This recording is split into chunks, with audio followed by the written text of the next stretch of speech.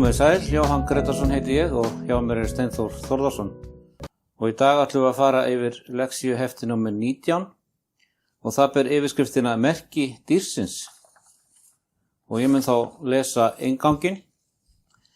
Árið 1999 var meiriháttar jarðskjálfti í Tyrklandi sem leiddi í ljós óvæntar staðreyndir styrkleika þúsunda bygginga.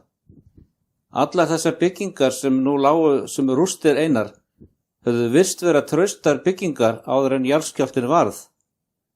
En nú sáu leitarmenn að húsin voru byggð á mjög ótraustum grunnum. Mörg mannslíf hefði bjargast ef húsin hefði verið reist á traustum undirstöðum. Og það var augljóst að ekki allt sem sýnist.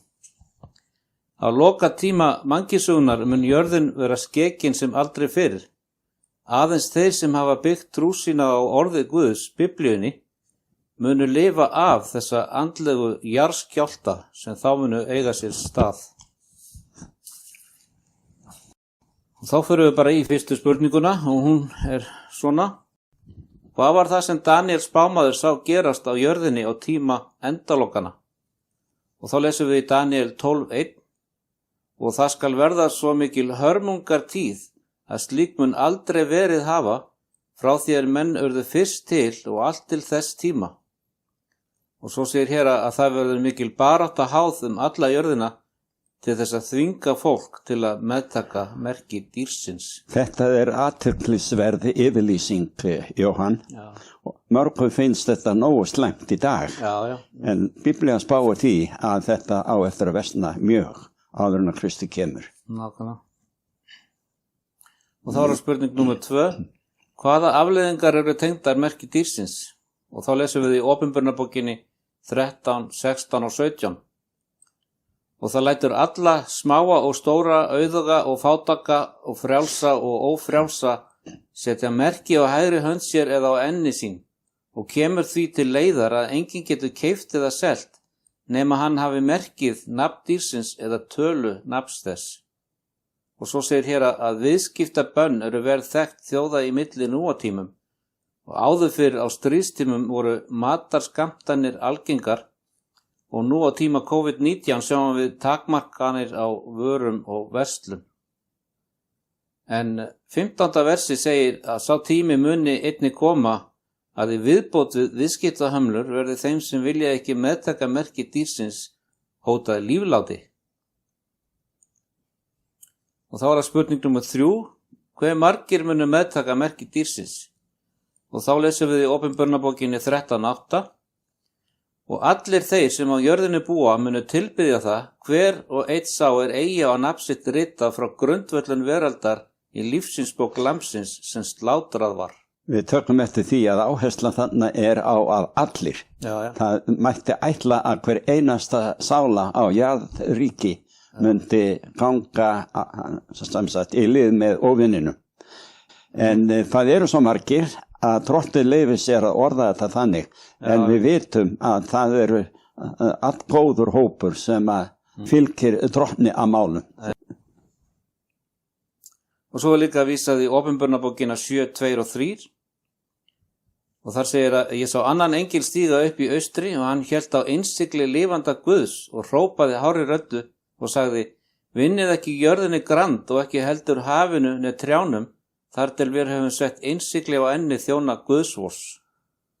Og svo segir hér að Biblían segir að þeir sem reynast trúir Jesú mun ekki fá á sig merki dýrsins.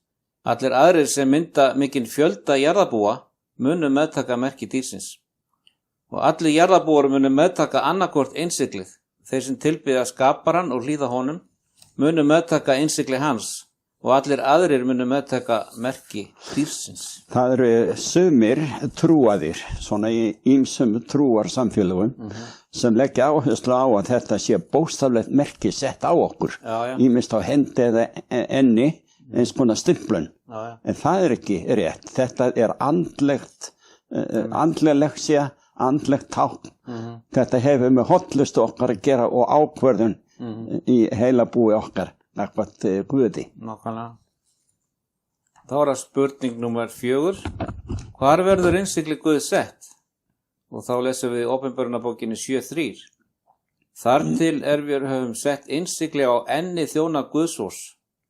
Og svo segir hérna að innsigli Guðs sett á enni hins trúaða og táknar það staðsetningu innsiglis Guðs á huga persónunar. Innan við ennið sá staður í heilanum þar sem ákvörðunartaka fer fram og þeir sem meðtaka innsigli Guðs hafa þannig tekið óbeifanlega ákvörðun fyrir Guð. Þannig að þetta eins og þú segir, Steini, þetta ekki eitthvað svona líkamlegt merki á líkamanum sjálfum, þetta eitthvað sem hefur með huga okkar og ákvarðanir að gera. Alveg rétt, en það engu síður mjög mikilvægt og allir munu hafa einhvers konar merkingu hvað Guð snertir og hann les huga okkar og hjarta. Nákvæmlega. Og þá það spurning númer 5. Hvað skrifar Guð á enni þeirra sem taka við innsigli hans? Og þá lesum við í Opinberunarbókinni 22:4. Og þeir munu sjá ásjónu hans og nafn hans munu vera á ennum þeirra. Og einnig í kafla 14 og 1. vers, sem höfðu nafn þess og nafn föður þess skrifað á ennum sér. Og svo segir hér að fyrr á öldum táknaði innsigli vald og samþykki viðkomandi yfirvalds. Oft lýsti það líka lyndiseinkunn hans, samanber 2. Mósebók 34:5-7. Og þeir sem taka við innsigli Guðs munu einnig meðtaka lyndiseinkunn Jesú Krists sem þá stimpluð inn í huga þeirra. Og mannkynið var upprunalega skapað í ímynd Guðs. Þegar Adam og Eva féllu í synd glötuðu þau þessu fullkomna ímynd Guðs. Og allt hjálpræðis áform Guðs grundvallast á því áformi hans að endur skapa fólk í mynd Guðs. Og áform Guðs að færa okkur nær sér svo að við munum mæta honum augliti til auglitis. Og það verður að lokum 2 hópar manna á jörðinni. Annar þeirra mun auðkennast að merki dýrsins og vill ekki gefa líf sitt Jesú Kristi, en hinn mun þekkjast af innsigli Guðs og fús til þess að helga líf sitt Jesú Kristi. Og það eru bara þessi 2 valkostir. Barnatrú, afstaða ömmu og afa, kirkjudeild og kirkjusókn ekki fullvissa hjálpræði. Og við sem einstaklingar verðum sjálf að taka ákvörðun hverjum við helgum líf okkar. Nákvæmlega. Og þá það spurning númer 6. Hvert kallar Guð okkur til að tilbiðja á loka dögunum? Og þá lesum við í Opinberunarbókinni 14:7. Tilbiðið þann sem gjört hefur himinin og jörðina og hafið. Og svo segir hérna að orð Guðs Biblían hvetur okkur til að tilbiðja skaparan fremur en skapaða hluti. Og merki dýrsins setur skýrt fram valkostina tilbiðja skaparan eða tilbiðja falsk Guð. Og þetta það sem Satan þráir mest og hann bauð Jesús skipti á jörðinni fyrir að tilbiðja sig eins og framkýmur í Matteus 4:9. Og áður en þessi heimur líður undir lok mun hann þvinga jarðarbúa til að tilbiðja sig. Og með því að hvetja okkur til að tilbiðja skaparan, samanber Opinberunarbókin 14:7, en þar vitnað beint í 4. boðorðið, og minnir hann okkur á að muna eftir því að halda hvíldardaginn heilagan. Það yfirgengileg árátta kristinna manna, ef ég má vera svo djarfur að orða þetta þannig, að þrátt fyrir margítrekkaðar yfirlýsingar í allri ritningunni, Biblíunni, að Guð hafi skapað. Og þetta trúarjátningu kristinna manna á Íslandi í dag, að við tilbyðum skaparan, að þá tileinka fólk sér samt sem áður svo kallað þróunarkenningu. Að líf á jörðinni hafi kviknað sjálfu sér á einhvern hátt. En Guð kallar okkur til þess að tilbiðja skaparan og það sýnir mikilvægi 4. boðorðsins. Hvíldardagurinn eins konar afmælisdagur jarðarinnar og mannkyns. Nákvæmlega. Og þá það spurning númer 7. Hvaða boðorð Guðs sérstakt tákn, merki vald Guðs? Og við lesum í Esekiel 20:20. Haldið helga hvíldardaga mína og séu þeir sambandstákn milli mín og yðar til þess að menn viðurkenni að ég drottinn Guðiðar. Svo segir hér að hvíldardagurinn merki eða innsigli sem táknar vald Guðs og með því að halda hvíldardag Guðs heilagan viðurkennum við sköpunamátt hans og minnumst loforða hans að hann ætlar að endurskapa okkur og heiminn og hvíldardagurinn tákn vináttu okkar við skaparann. Ég tek eftir því að það ekki bara hér, það annars þar í Biblíunni líka lögð áhersla á að hvíldardagurinn sambandstákn, tákn samband. Og það það sem að hvíldardagurinn boðar, gott samband við skaparann, við Guð okkar og frelsara. Og líka þetta, við trúum því að Guð muni endur skapa okkur, en svo erum við ekki tilbúin til að trúa því að hann hafi skapað okkur. Já, það nefnilega það. Og Jóhann, við hverja jarðarför, þá verður mér hugsað oft og einatt til þess að fólk iðulega talar já, nú hinn látni komin á betri staði, sumaland og svo framvís. En gleymið því sem Biblían segir, eða hefur aldrei kynst því sem Biblían hefur að segja, að við sofum í dauðanum, þar til að skaparinn reisir okkur upp til eilífs lífs og gefur okkur nýja líkama, þar kallar það á sköpunamátt Guðs. Og akkur þá ekki að gefa honum heiðurinn af að skapa okkur með því að halda hvíldardaginn helgan vikulega eins og hann boðar. Nákvæmlega. Og þá það spurning nummer 8. Af hverju hvíldardagurinn sagður vera einsigli Guðs? Og þá lesum við í 2. Mósebók 20:11. Og því að á 6 dögum gjörði Drottinn himinn og jörð, hafið og allt sem í þeim og hvíldist 7. daginn. Og einnig í Esekiel 20:12. Ég gaf þeim á hvíldardaga mína að þeir veru sambandstákn milli mín og þeirra til þess að menn skyldu viðurkenna að ég Drottinn sá sem helgar þá. Og svo segir hér að innsigli Guðs táknar vald hans sem skapara og frelsara. Hvíldardagurinn því ekki aðeins minnismerki sköpunina og sköpunarmátt hans, því hvíldardagurinn einnig merki mátt Guðs til að endur skapa. Og aðeins skaparinn getur skapað á ný. Og þegar fólk helgast Guði, felur það í sér að hlýða boðorðum hans. Og Jesús sagði, ef þér elskið mig, munu þér halda boðorð mín, eins og segir í Jóhannes 14:15. Og hvíldardagurinn tákn vináttu, merkir þess að þú tilheyrir Guði og gefur honum leyfi að endurskapa ímynd sína í þér. Það síendurtekin lexía, allt í gefnu Biblíuna, Jóhann, að Drottinn skorar á fólk, mannveruna sem að skapaði, sýniði mér elsku ykkar, þið segist elska mig, haldið þá boðorð mín. Það það sem að segir hér. Nákvæmlega.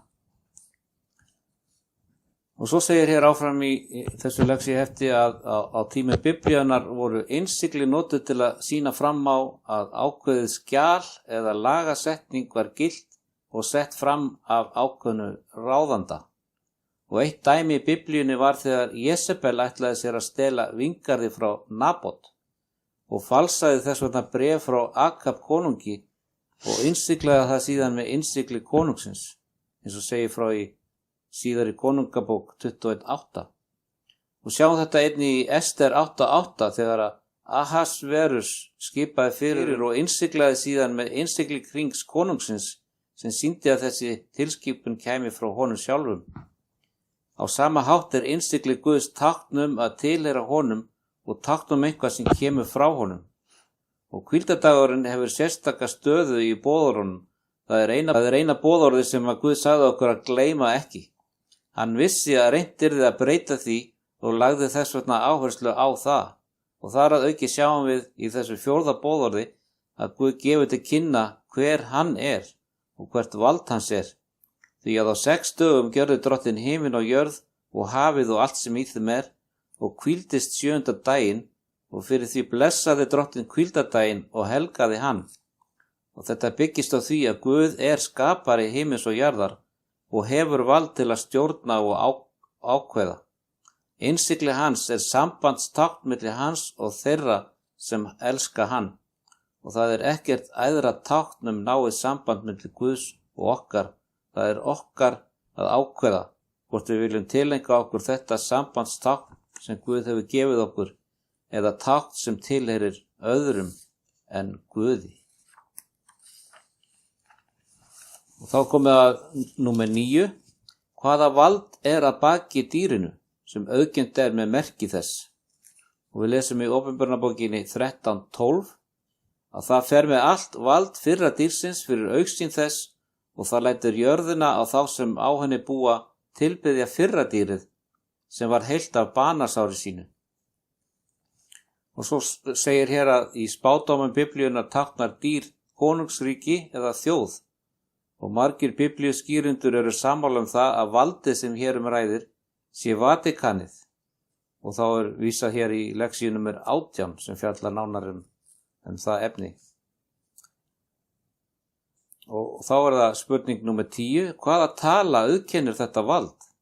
Og þá lesum við í Opinberunarbókinni 13:18 að hér reynir á speki og sá sem skilning hefur reikni tölu dýrsins því að tala manns það og tala hans 666. Ég var til með að skjóta hérna inn í Jóhanna að hér verða að tala mannlegt vald, veraldlegt vald.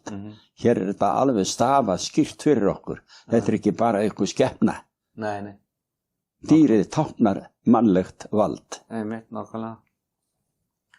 Og svo segir hérna í framhaldinu að talan 666 ekki merki dýrsins, heldur vísar hún til manns og hægt sé að reikna hana út til að sjá við hvaða þjóð eða vald átt við.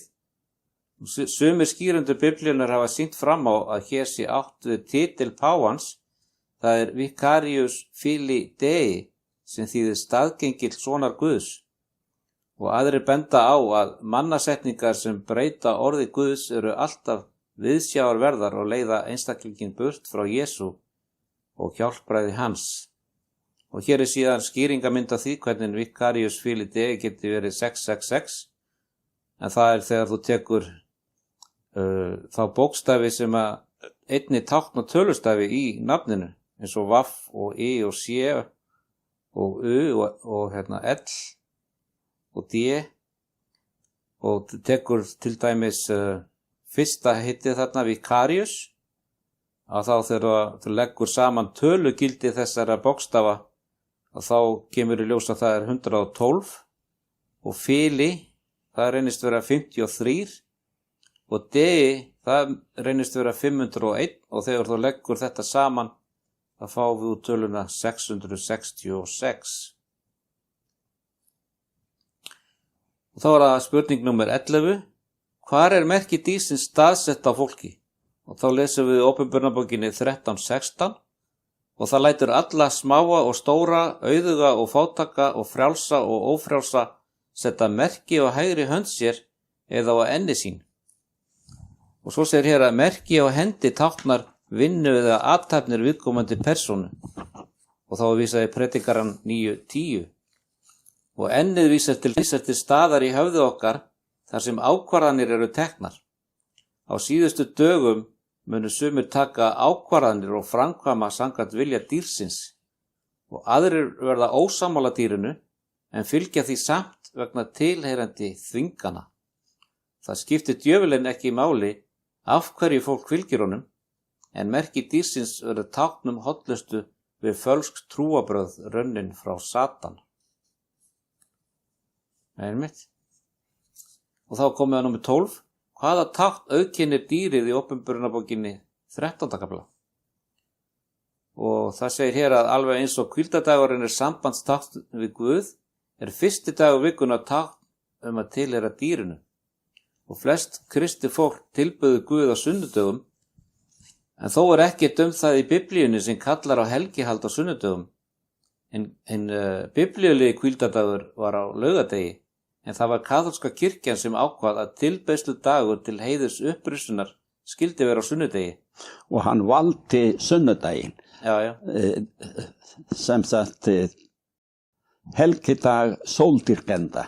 Já, einmitt nákvæmlega.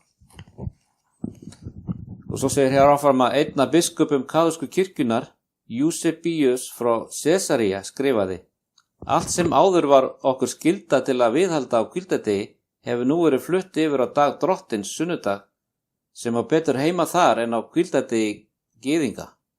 Og það vísað. Og svo segir áfram hér að þessi breyting á hvíldardeginu með merki vald Rómakirkjunar þar sem Vatíkanið hefði þó enga heimild til. eða biblíulegan grundvöll fyrir slíkri breytingu.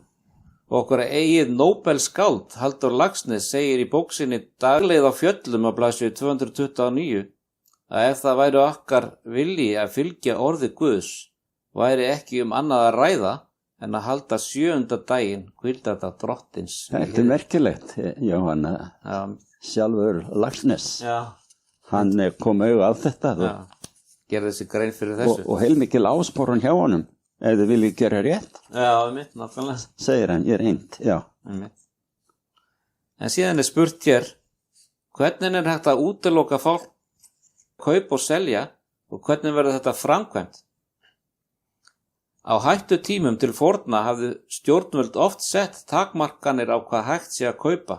Þetta gerist á tímum þegar tæknivæðing hafði ekki átt sér stað.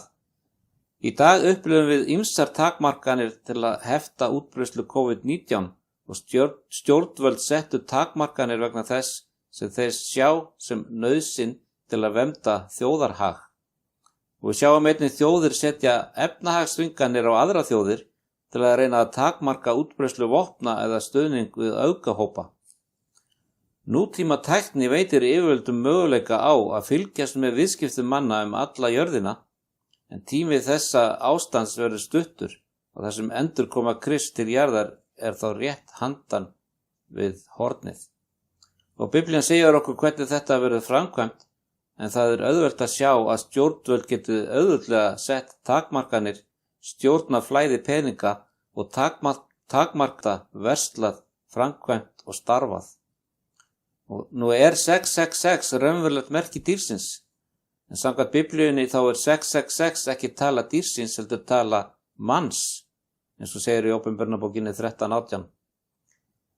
Eins er talan ekki 666 þar sem ein tala er endurtekin þrisvar, heldur 666, og þegar við skoðum sköpunarsöguna í 1. Mósebók sjáum við að Guð skapaði manninn á 7. degi vikunnar.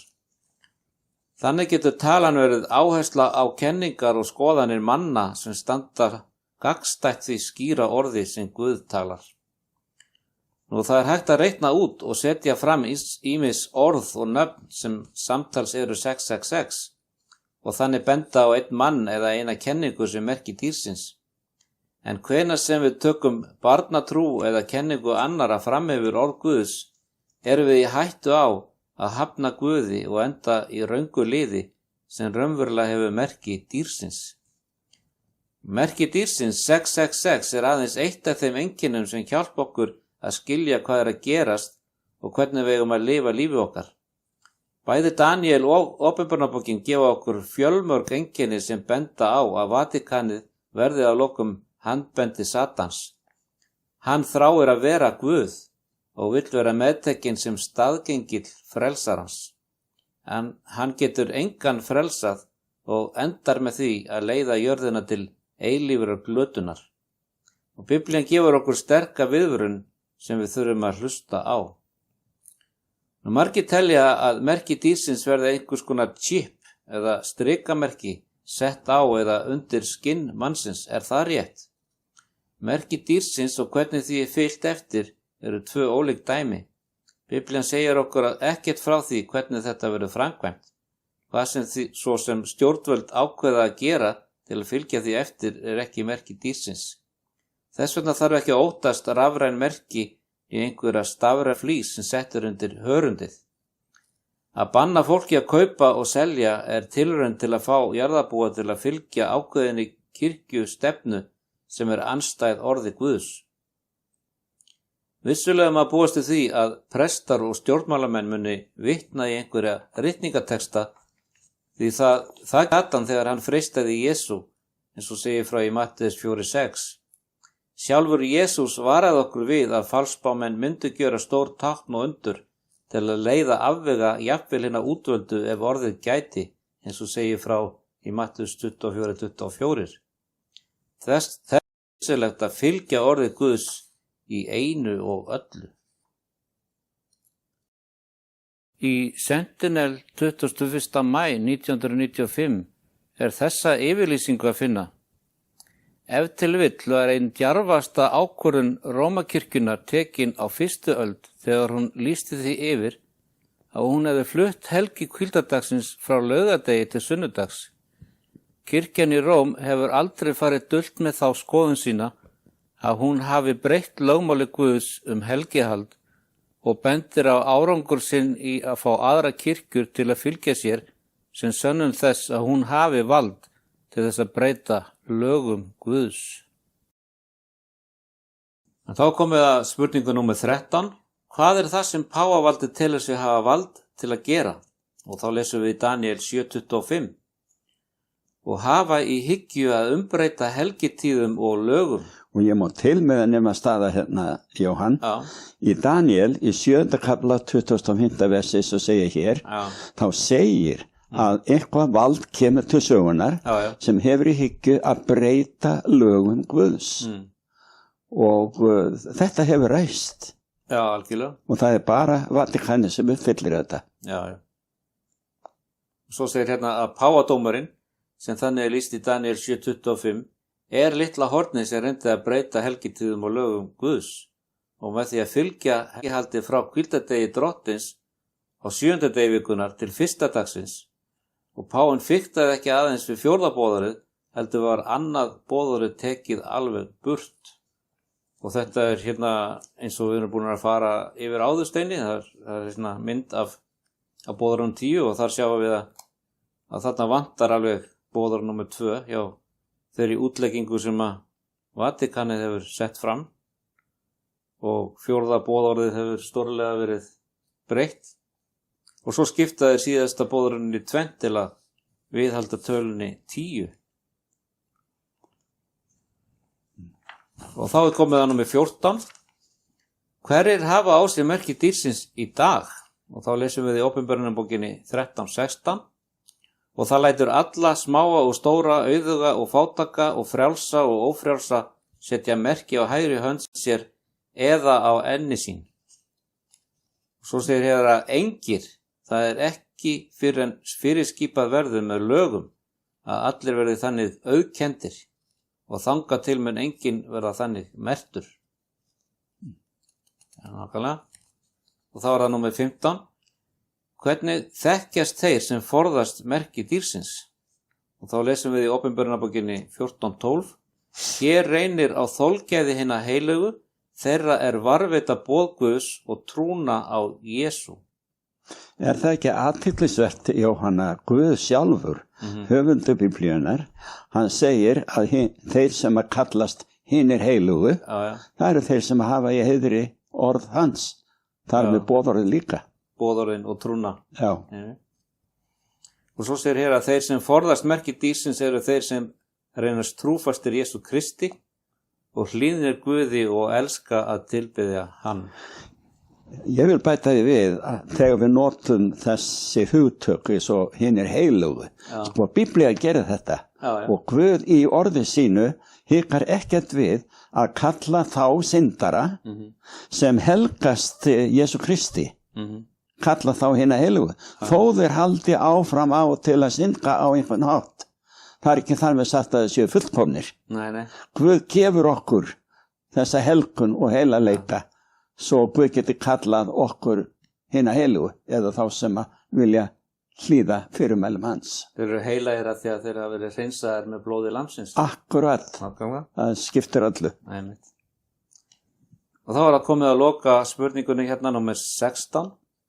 Hvernig verða samskipti Jesú við það fólk sem hefur meðtekið innsigli Guðs? Og þá lesum við í Opinberunarbókinni 14:4. Þeir fylgja lambinu hvert sem það fer. Þetta á við í eilíðinni. Já. Þá fylgjum við lambinu hvert sem það fer. Og Kristur sagði vera skaparinn. Hann hefur skapað aðrar veraldir. Og sjálfsögum mun hann vitja þeirra af og til í eilíðinni. Þá fáum við, ef við reynust vera trúföst, þá fáum við að fara með honum í þær ferðir. Ég leyfi mér að hlakka til, Jóhann. Já, sömuleiðis. Og svo er hér í lokin þá spurning til þín. Vilt þú búa þig undir það að meðtaka innsigli Guðs með því að hafa öll boðorð hans í heiðri, þar með talið hvíldardagsboðorðið og fylgja Jesús. Að sjálfsögðu. Sjálfsögðu gerum við það og með þessu þá lýkur þessu hefti í dag og við þakkum bara fyrir.